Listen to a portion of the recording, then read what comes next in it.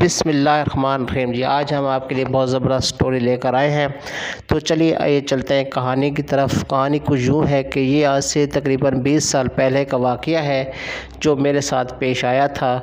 میں اپنی نوکری کے لیے سکھر آیا تھا، یہاں میرے ماموں رہتے تھے، تو کچھ دن میں ان کے گھر ٹھہر گیا کہ جب تک کوئی اور میرے رہنے کو بندوبست نہیں ہو جاتا۔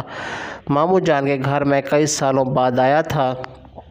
بچپن میں اپنی اماں کے ساتھ آیا کرتا تھا۔ ابھی کچھ دن ہی گزرے تھے، نئی نوکری تھی اور میں اس میں الجھا ہوا تھا۔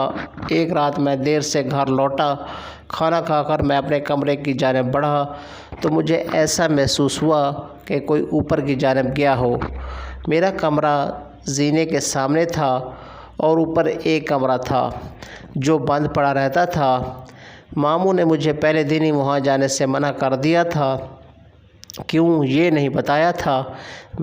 میں نے بھی زیادہ نہ پوچھا، مگر اس وقت کون کیا ہوگا وہاں، یہ سوچ کر میں اوپر چلا گیا۔ جب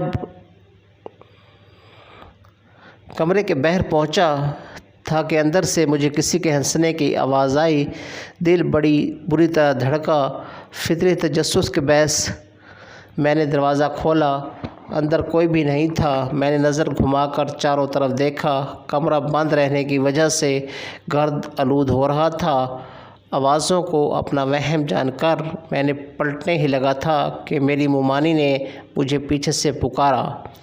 میں نے چونک کر دیکھا تو اور مجھے حیرت بھی ہوئی کہ وہ کبھی سیڑھیاں نہیں چڑھتی تھیں، پھر اوپر، مگر انہوں نے مجھے کہا کہ مجھے اوپر آتے دیکھا تو میرے پیچھے چلی آئیں۔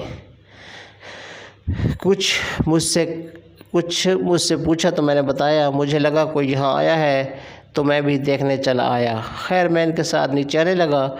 ابھی 2-3 سیڑھیاں ہی اترے ہوں گے کہ مجھے محسوس ہوا کہ میرے پیچھے کوئی ہنسا ہو، مگر وہاں تو مومانی تھی۔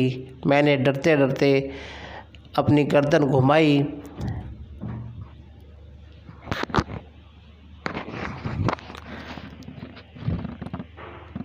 تو میرے ہوش اڑ گئے۔ میرے پیچھے مومانی کی بجائے ایک جھلسے ہوئے چہرے والی لڑکی تھی جس کی آنکھیں سرخ تھیں۔ خوف سے سیڑھیوں سے نیچے گر پڑا۔ وہ آہستہ آہستہ میری طرف آ رہی تھی۔ میری آواز خلق میں ہی رہ گئی تھی۔ بامشکل میں چیخا تو میری آواز پر مومانی اور ماموں میرے اپنے کمرے سے بھاگے آئے۔ میری حالت بہت غیر ہو چکی تھی اور میں نیم بیہوشی میں تھا، مگر مجھے وہ لڑکی اپنے سامنے محسوس ہو رہی تھی۔ ماموں شاید سمجھ چکے تھے کہ مجھے کیا ہوا ہے۔ انہوں نے مجھے پر دم کیا اور مجھے اپنے کمرے میں لے گئے۔ کچھ دن بعد جا کر میری حالت بہتر ہوئی۔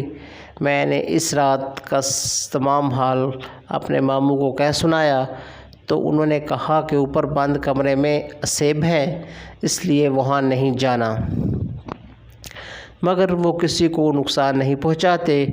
تم نے شاید وہ دروازہ کھولا ہوگا، اس لیے وہ تمہارے ساتھ ایسا ہوا۔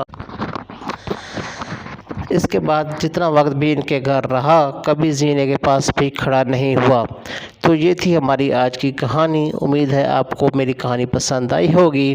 اگر آپ اسی طرح کی مزید اچھی ویڈیوز دیکھنا چاہتے ہیں تو ہمارے چینل کو سبسکرائب کیجئے، ویڈیو کو لائک اور شیئر کیجئے اور بیل آئیکن کو دبا دیجئے تاکہ ہماری ہر آنے والی نئی ویڈیو آپ کو بار بار ملتی رہے۔